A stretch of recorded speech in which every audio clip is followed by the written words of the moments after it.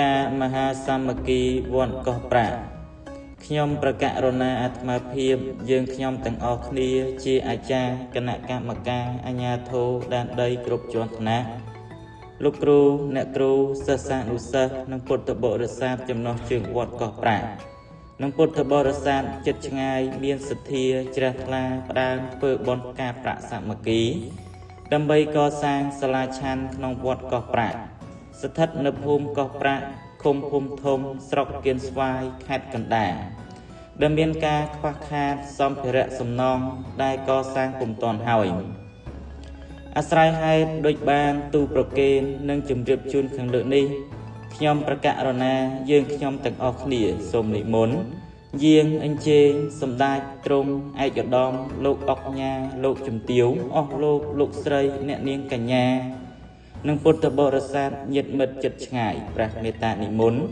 យាងអញ្ជើញចូលរួមចាប់មគ្គផលនិងអនុមោទនាត្រេកអរយកចំណែកបុណ្យកុសលផលនិសង្ឃតាមកម្លាំងសទ្ធាជ្រះថ្លារៀងខ្លួនកម្មវិធីបុណ្យថ្ងៃអាទិត្យ3កើតខែពិសាឆ្នាំមមីអត្តស័កពុទ្ធសករាជ2569ត្រូវនឹងថ្ងៃទី19ខែមេសាឆ្នាំ2026វេលាម៉ោង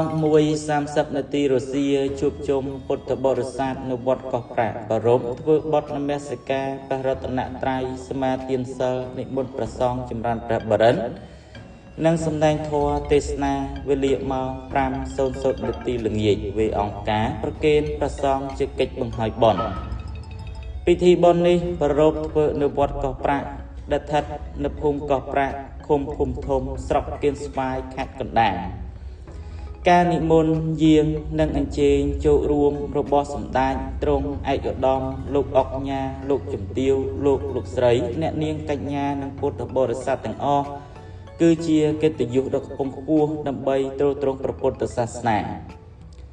អ្នកផ្ដាំបុណ្យប្រសង់លោកអាចារ្យគណៈកម្មការពុទ្ធបរិស័ទចំណុះជើងវត្តកោះប្រាក់អាជ្ញាធរដែនដីគ្រប់ជាន់ថ្នាក់លោកគ្រូអ្នកគ្រូសិស្សានុសិស្សព្រមទាំងពុទ្ធបរិស័ទចិត្តឆ្ងាយ